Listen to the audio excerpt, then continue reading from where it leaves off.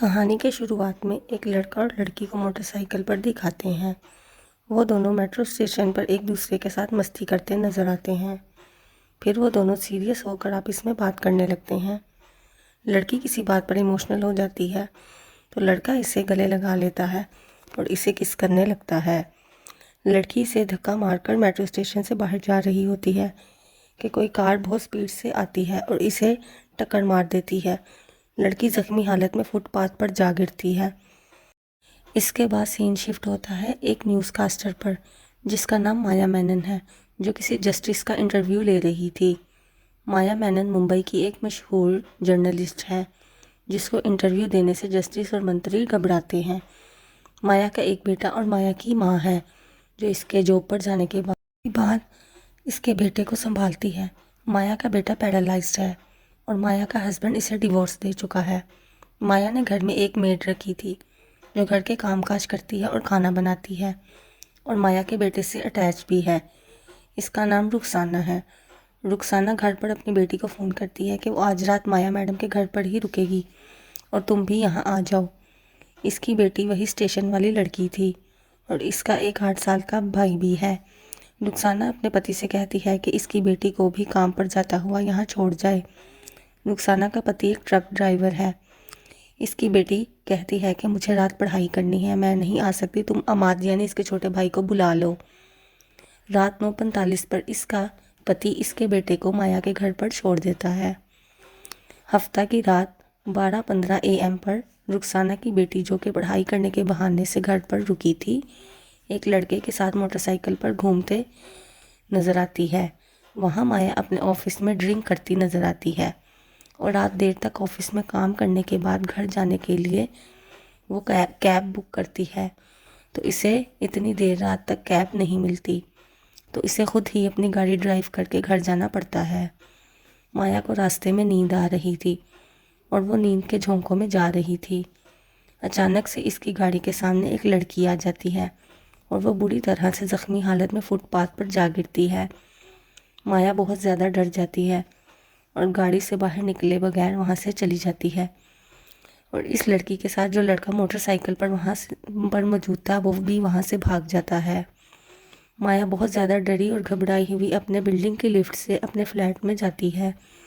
माया को लिफ्ट में याद आता है कि इसने गाड़ी का दरवाज़ा खुला ही छोड़ दिया है।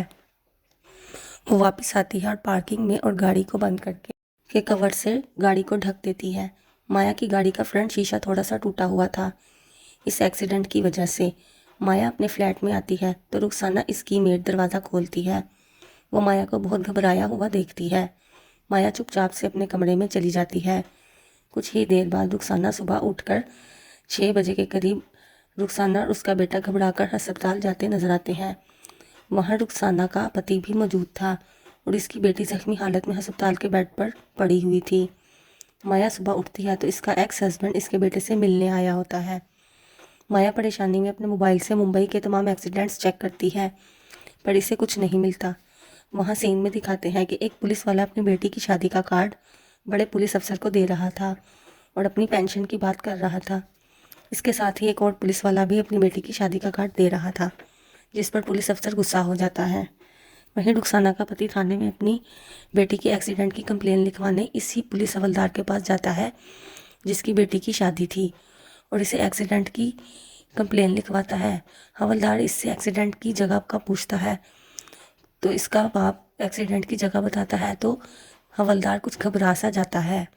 वहाँ माया परेशान होकर रो रही थी और अपने बॉस को कह रही थी कि मुझे पुलिस को बताना चाहिए। इसका बॉस इसे समझा रहा था कि नहीं, ऐसा मत करो। वहीं माया को इसकी माँ की कॉल आती है और वो माया को बताती है कि रुखसाना की बेटी का एक्सीडेंट हो गया है। तो माया उसी वक्त अस्पताल जाती है रुखसाना की बेटी को देखने। तो ये वही लड़की थी जिसका एक्सीडेंट माया की गाड़ी से हुआ था। माया इसी टाइम रुखसाना की बेटी को सरकारी अस्पताल से निकालकर बहुत अच्छे प्राइवेट अस्पताल में शिफ्ट करवाती है और रुखसाना को हौसला देकर वहाँ से चली जाती है।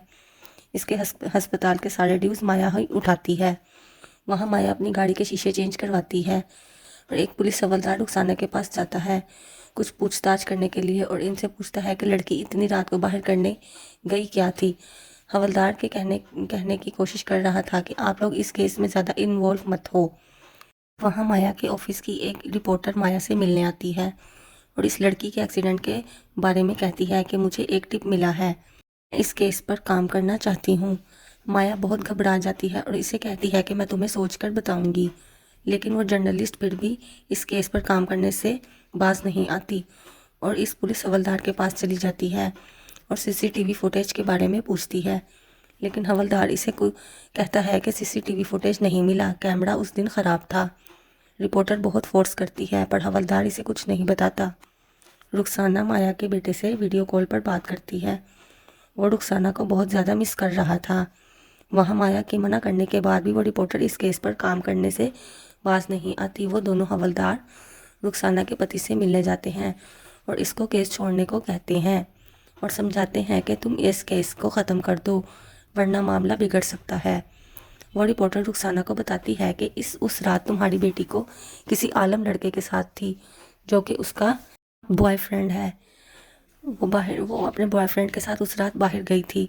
तो रुखसाना इस लड़के को मारने पीटने के लिए उसके गिराज में जाती है और गलत लड़के को मार पीट कर आ जाती है। रुखसाना का पति से समझाता है कि हम ये सब कुछ छोड़कर गांव वापस चले जाते हैं, पर रुखसाना नहीं मानती। वो दोनों हवलदार फिर से रुखसाना के पास जाते हैं और इसे पैसे लेकर केस छोड़ने को कहते हैं, पर रुखसाना फिर भी नहीं मानती। वहाँ उस रिपोर्टर को इस एक्सीडेंट का सीसीटीवी फुटेज मिल जाता है और वो माया को बताती है कि जिस बात से माया बहुत ज़्यादा घबरा जाती है। वो रिपोर्टर लड़की हवलदार से मिलने जाती है और उसे बताती है कि इसे सीसीटीवी फुटेज देखा है। हवलदार बहुत ज़्यादा घबरा जाता है। दरअसल उस रात एक्सीडेंट वाले रोड पर एक्सीडेंट से 1 घंटा पहले ये दोनों हवलदार वहाँ दारू पीकर किसी के साथ लफड़ा कर रहे थे और शराब के नशे में धुत गालियाँ दे रहे थे और रिश्वत ले रहे थे। इन दोनों हवलदार के जाने के 1 घंटा के बाद वहाँ इस रोड पर एक्सीडेंट हो जाता है। हवलदार की बेटी की शादी थी, जिसकी वजह से हवलदार बहुत ज़्यादा डर जाता है और वो सीसीटीवी फुटेज किसी को नहीं देता। हवलदार रिपोर्टर से रिक्वेस्ट करता है कि तुम सीसीटीवी फुटेज किसी को मत दिखाना वरना मेरा भी इन्वेस्टिगेशन होगा और मेरी बेटी की शादी टूट जाएगी। वो रिपोर्टर के आगे हाथ जोड़ता है कि प्लीज़ इस केस को छोड़ दो। रुखसाना कुछ दिन के बाद काम पर वापस आती है और किचन में काम करने लगती है। किचन में ज़रा सी गलती करने पर माया इसे गुस्से में बहुत ज़्यादा डांटती है और काम से निकाल देती है। माया का बेटा और माया का ये रवैया देखकर परेशान हो जाते हैं और इसका बेटा माया से नाराज़ हो जाता है। माया रुखसाना की बेटी से मिलने अस्पताल जाती है तो रुखसाना की बेटी से रोते हुए थैंक यू बोलती है अस्पताल के सारे खर्च उठाने की वजह से। वहाँ रुखसाना इस मोटरसाइकिल गैराज में जिस लड़के को पीट कर आई थी, वो लड़का उसकी बेटी के असल बॉयफ्रेंड को रुखसाना के पास मारता हुआ लाता है। वो रुखसाना को इस रात की सारी कहानी सुनाता है। रुखसाना उसे पूछती है कि क्या तुम पहचान सकते हो कि उस रात गाड़ी किसने चढ़ाई थी। तो वो इसे माया मेनन का पोस्टर दिखाते हुए बताता है कि माया मेनन ने गाड़ी चढ़ाई थी। अगले दिन रुखसाना बदला लेने की नीयत से माया के घर पर माया के बेटे से मिलने के बहाने जाती है और उसे समुंदर पर घुमाने के लिए ले जाती है। आयुष को रुखसाना से काफ़ी लगाव था। काफ़ी देर गुजर जाने के बाद माया की माँ रुखसाना को फ़ोन करती है पर वो फ़ोन नहीं उठाती। आयुष की नानी माया को फ़ोन करती है और इसे कहती है कि रुखसाना काफ़ी देर से आयुष को लेकर समुंदर गई है और अब तक वापस नहीं लौटी। माया ये सुनकर बहुत परेशान हो जाती है।